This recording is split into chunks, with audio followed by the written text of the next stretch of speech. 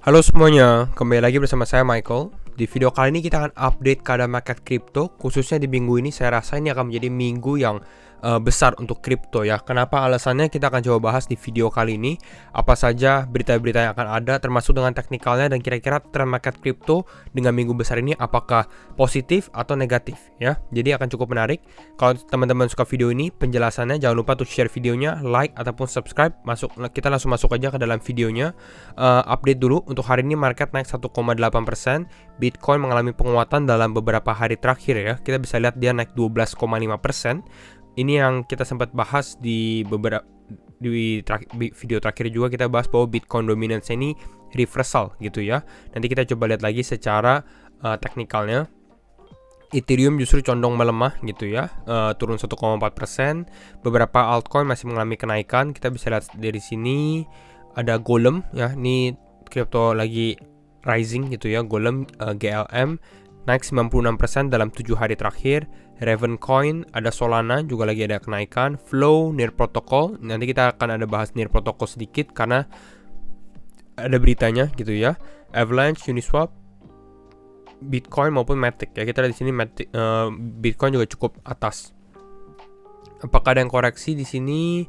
Ada ya, ini trio Luna ya, Terra Luna, USTC, Lunsi, ini semua mengalami koreksi yang cukup dalam gitu ya, karena memang kenaikannya cukup lagi hype-hype-nya gitu ya. Apakah masih bisa naik? Mungkin ini hanya pullback sementara gitu ya. Tapi kembali lagi, kalau misalnya teman-teman lihat tiga ini ya, ini cukup high risk gitu ya. Apakah teman-teman mau kita bahas satu video khusus untuk Luna, Lunsi, dan USDC? Mungkin teman-teman bisa request di kolom komentar ya. Nanti kalau banyak kita coba bikin videonya. Secara fear and greed bagaimana? Fear and greed kita di dalam extreme fear juga di level 25 ya. Jadi keadaan masih belum kembali lagi sebenarnya ya. Nah, kita akan langsung bahas kenapa minggu ini besar. Alasan pertama adalah kita bisa lihat bahwa di September 13 berarti esok hari ya. Besok kita bisa lihat akan ada yang namanya Consumer Price Index ya, rilis datanya untuk di bulan Agustus. Jam berapanya di sini saya cek. Kalau kita dari sini di investing.com, teman-teman bisa cek di sini. Itu kita coba lihat ya, di jam setengah 8 ya, jam setengah 8 di sini ya. Kita bisa lihat dari sini.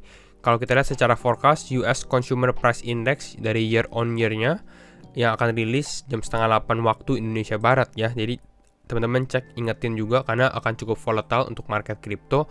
Forecastnya itu 8,1%. Mudahnya bagaimana cara membacanya? Mudahnya adalah kalau misalnya inflasi atau CPI Amerika di bawah mungkin di bawah 8% ya, 7,9 atau 7,8%, saya rasa itu akan cukup positif terhadap market ya, market kripto atau saham Amerika itu akan cukup positif. Artinya inflasi sudah mulai mengalami penurunan. Kira-kira seperti itu. Tapi kalau ternyata di atas 8,1%, mungkin 8,5 ke atas, 8,5, 8,6, nah itu masih akan cukup negatif dan mungkin bisa membawa market kripto turun kembali. Gitu ya, itu secara mudahnya, secara teorinya gitu ya, dari data yang ada. Jadi perhatikan jam setengah 8 atau 7.30 waktu Indonesia Barat malam gitu ya. Selanjutnya kita bisa lihat dari sini juga beberapa hal, bukan hanya CPI atau Consumer Price Index ya. Kita lihat dari sini, ini kan Tuesday atau Selasa gitu ya. Ini penting yang tadi kita bahas. Lalu dia juga ada PPI atau Producer Price Inflation. Ini hari Rabu ya. Penting juga, tapi mungkin nggak akan sepenting Consumer CPI gitu ya. Lalu ada Retail Sales, ada New York Fed Manufacturing Index juga. Ada manufacturing index dari Philly Fed gitu ya. Lalu ada jobless claim, ini buat unemployment lah, sama ada consumer sentiment. Jadi ini sebenarnya cukup minggu yang cukup padat untuk economic data gitu ya. Ditambah sebenarnya di minggu ini kalau benar-benar terjadi itu ada yang namanya Ethereum merge ya, ETH merge.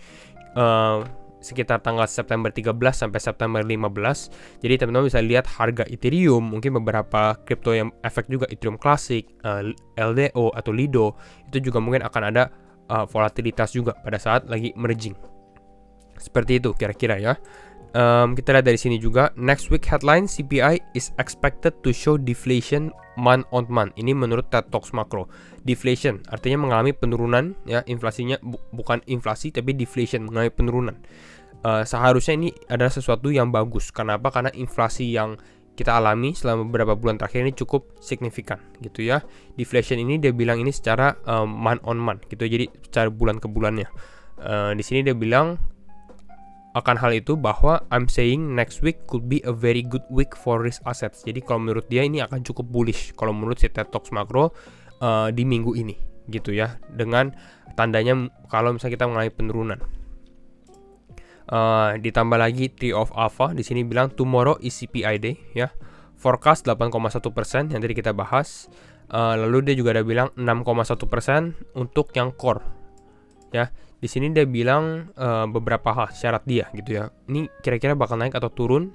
Kalau teman-teman main futures mungkin agak bingung apakah kita long, apakah kita short gitu ya. Apakah market akan naik atau market akan turun. Tapi di sini dia bahas strategi dia, yaitu adalah kalau misalnya inflasinya atau CPI-nya di bawah 8%, ya berarti cukup positif ya. Dia akan long, tapi dengan syarat juga core CPI-nya ini di bawah 5,9%. Mungkin sebelum itu kita bahas dulu core CPI kira-kira apa nih bedanya core CPI dengan CPI. Ya di sini saya ada bahas. Nah, di sini ya.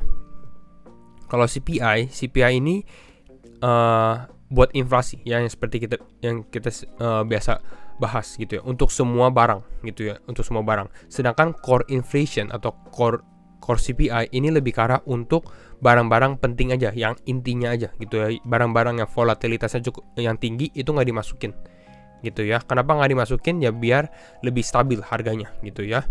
Di sini juga ada pembahasan dari Alf, di mana dia bahas volatile items memang udah mengalami penurunan. The more volatile items kayak mobil bekas, oil, bensin gitu ya, ini udah mengalami penurunan gitu ya. Ini adalah barang-barang yang volatilitasnya cukup tinggi.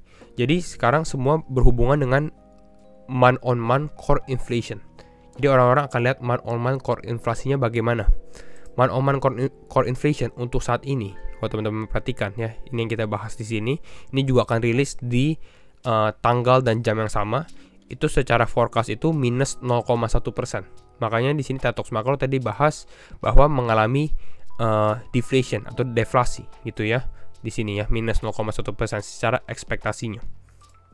Jadi kalau misalnya kita lihat minus 0,2, minus 0,3, berarti itu akan cukup positif. Ya, kembali lagi ke Tree of Alpha, di sini dia bahas kalau ternyata core inflasinya 5,9%, itu akan cukup bagus gitu ya. Lalu di sini juga bahas syarat kalau misalnya untuk short, artinya kalau misalnya inflasinya naik atau CPI naik 8,4% dan core inflasinya lebih besar daripada 6%. Seperti itu ya kira-kira. Kita langsung bahas lagi ya ke NIR Protocol, di mana NIR Protocol yang kita sempat bahas lagi ada event di September 11 sampai September 14, NIRCon ya di Portugal. Di sini kita lihat NIR Protocol announce $100 million atau $100 juta untuk funding Web3 gitu ya, untuk entertainment, fashion dan juga sports. Ini dibiayai oleh Kairos Ventures ya di bawah sini. Jadi kalau kita bahas, kalau saya rasa NIR Protocol ini adalah salah satu altcoin yang memang secara funding ini tidak kurang gitu ya. Mereka develop, tapi apakah secara harga dia masih worth untuk dibeli? Mungkin lebih baik menunggu pullback ya kalau kita lihat untuk investasi jangka panjangnya. Tapi NIR Protocol ini bisa teman-teman perhatikan gitu ya. Ini juga masuk ke watchlist saya buat NIR Protocol. Lalu kalau kita perhatikan juga, ini si CZ juga dia bahas hope you didn't panic sell, karena market memang mengalami kenaikan dan selama beberapa hari terakhir dia juga tweetnya cukup bullish juga sebenarnya si CZ ya. Kita ngomongin CZ juga, teman-teman kalau yang belum ada exchange Binance, jangan lupa untuk download Binance juga, karena Binance ini adalah salah satu exchange top untuk crypto, untuk teman-teman yang buat investasi ataupun untuk trading. Jadi feel free kalau teman-teman mau download juga. Berhubungan juga Binance ini lagi ada welcome gift gitu ya. Di sini kita bisa lihat ini, register now, enjoy welcome rewards up to $100. Jadi kalau teman-teman download, register, verified gitu ya, KYC atau know your customer, nanti teman-teman bisa claim giftnya gitu ya. Ini tinggal klik aja di sini, lalu tinggal daftar juga ya. Mungkin bisa pakai referral code saya di dalam kolom deskripsi ya. Ditambah kalau Binance ini ya secara fitur stakingnya juga cukup lengkap. Nih teman-teman bisa staking beberapa kripto, ada Axie, Shiba, maupun untuk yang beginner, kalau teman-teman baru mulai, stablecoin biasanya ya, BUSD ataupun USDT cukup menarik dengan bunga 8%, tapi kembali lagi resiko pasti ada gitu ya. Ini bukan deposit. Ini lebih sedikit lebih beresiko gitu ya. Jadi itu aja untuk Binance. Sekarang kita akan langsung masuk aja ke dalam analisa teknikal. Kembali lagi disclaimer on and do your own research, karena setiap keputusan tetap di tangan teman-teman. Kita akan langsung masuk. Kalau kita lihat untuk saat ini di time frame daily, memang ini market langsung reversalnya cukup cepat gitu ya. Kalau kita dari sini langsung mengalami kenaikan, dan ini yang sempat kita bahas ya, dimana kita sempat bahas bahwa memang level 19.000 ini menjadi level yang cukup kuat untuk Bitcoin. Makanya kita bisa lihat memang Bitcoin sempat ke level 18 ribuan, tapi di sini kalau secara time frame daily ya bisa dibilang ini tertahan gitu ya, tertahan di level 19 ribuan. Satu kali, kalau kita di sini sekali tertahan, 2 kali tertahan, 3 kali tertahan, ini 4 kali tertahan. Artinya kalau kita lihat dari time frame daily, kalau mulai dia mengalami penurunan, turun di bawah 19.000 ya, atau bahkan closing di bawahnya gitu ya, nggak kuat, ya akan cukup parah. Mungkin kalau misalnya dia nggak kuat, saya rasa level mungkin 14.000, 13.000 ini bisa tercapai gitu ya. Tapi untuk saat ini sebenarnya ya kita lihat Bitcoin ini mengalami penguatan. Nah, mungkin pertanyaannya berikutnya adalah apakah penguatan ini akan terus berlanjut atau tidak? Kita melihat dari secara volume dulu. Oke, secara volume kita bisa lihat dari sini. Ini selama mungkin 5 sampai 6 hari terakhir ya, kita di sini 6 candle hijau, tapi secara volume ini cukup besar gitu ya. Ini cukup kuat, nggak terlalu besar ya. Bukan positif sekali, tapi ini kalau kita bandingkan dengan selling volume kemarin, di sini kita di sini selling volume di sini dengan buying volume-nya ini lumayan kuat gitu ya. Jadi ada potensi sebenarnya dia untuk mengalami kenaikan lagi. Itu untuk volume. Kita close di sini, kita masuk ke time frame 4 jam. Ya, kalau kita ke time frame 4 jam di sini, saat ini sebenarnya Bitcoin ini berada di dalam level resistance-nya. Jadi kalau teman-teman lihat dari sini, kita tarik aja nih garis yang atau area yang sempat kita bahas gitu ya. Di sini kita udah bahas ini menjadi zona resisten kuatnya level 22.400. Jadi kita bisa lihat juga bahwa saat ini ya memang dia lagi konsolidasi di area ini, atau mungkin bisa ada rejeksi dulu di area sekitar level 22.400-an. Di sini kita juga sempat bahas di level berapa nih? Ini level 21.600, kita sempat bahas ini juga menjadi salah satu level kuatnya. Kalau kita tarik garis kita panjangin, kita bisa lihat juga di sini dia ada rejeksi ya. Kita lihat dari sini ada rejection, konsolidasi di sini baru mengalami kenaikan gitu ya. Jadi kalau kita seperti ini ya bisa jadi dia ada rejeksi, turun dulu, konsolidasi, menunggu hasil CPI bagaimana. Kalau ternyata positif mungkin bisa breakout ke atas gitu ya. Karena kalau kita dari data-datanya mungkin cukup bullish gitu ya untuk minggu ini. Kembali lagi, tapi risk management itu penting. Jadi jangan all in, wah ini market bakal naik dan lain-lain. Tetap harus lihat ada money management and risk management. Kalau mau aman ya beli mungkin buy on support mungkin di area sekitar level 21.600, dimana dia konsolidasi. Nextnya ya di bawah sini gitu ya. Nextnya ini ya kisaran level 21.100, 21.200 ini untuk Bitcoin. Tapi untuk saat ini trennya cukup positif gitu ya. Jadi kalau saya rasa untuk Bitcoin push mungkin ke level 23.000 ya, ke kotak warna ini mungkin level 23 ribuan. Ya kita turun di sini, dia ke level ini bukan sesuatu yang mustahil juga gitu ya, dengan adanya momentum yang ada yang dibuat oleh Bitcoin juga. Ditambah juga yang tadi kita sempat bahas di awal video, Bitcoin dominansinya juga mengalami kenaikan ya. Di sini, nah kita bisa dari sini Bitcoin dominansinya langsung reversal. Ini yang kita sempat bahas. Dimana kalau kita bentar ya, kita balikin dulu. Nah kita lihat dari sini, dimana sekali, 2 kali, 3 kali dia bounce, dan ini keempat kali sempat ada sedikit mau breakdown. Lalu di sini dia reversal kuat juga untuk Bitcoin. Dan kita lihat Bitcoin memang naiknya cukup cepat juga gitu ya kalau dibandingkan dengan altcoin lainnya. Jadi kita lihat aja apakah tren ini akan terus berlangsung. Mungkin bisa tes sampai ke area ini.